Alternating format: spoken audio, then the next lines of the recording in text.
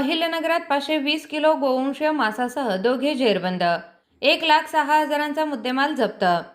अहिल्यानगर. गोवंशीय जनावरांची कत्तल करून मांस विक्री करणाऱ्या 2 आरोपींना कोतवाली पोलिसांच्या गुन्हे शोध पथकाने रंगेहात पकडून अटक केली. या कारवाईत 1,06,200 रुपयांचा मुद्देमाल जप्त करण्यात आला आहे. पोलिसांनी दिलेल्या माहितीनुसार शनिवारी दिनांक 21 जून रोजी कोतवाली पोलीस स्टेशनच्या पोलीस उपनिरीक्षक प्रवीण पाटील व गुन्हे शोध पथकातील कर्मचारी हद्दीत गस्त घालत असताना पोलीस निरीक्षक नितीन देशमुख यांना गुप्त बातमीदारामार्फत माहिती मिळाली. व्यापारी मोहल्ला झेंडेगेट परिसरात गोवंश जनावरांची कत्तल करून मांस विक्री सुरू असल्याची खात्रीशीर माहिती मिळाल्यानंतर तत्काळ पथकाला कारवाईचे आदेश देण्यात आले. गुन्हे शोध पथकाने घटनास्थळी छापा टाकून 2 इसमांना ताब्यात घेतले.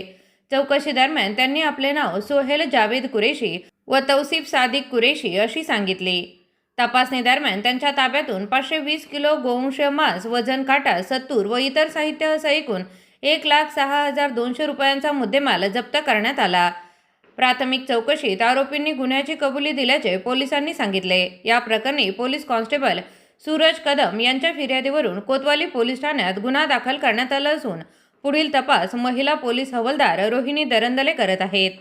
ही कारवाई पोलीस निरीक्षक नितीन देशमुख यांच्या मार्गदर्शनाखाली गुन्हे शोध पथकातील रोहिणी दरंदले, राहुल शिंदे, साबीर शेख, सूरज कदम, शिरीष तरटे, रमेश शिंदे, अतुल लाटे, पल्लवी रोकले आदींनी केली आहे.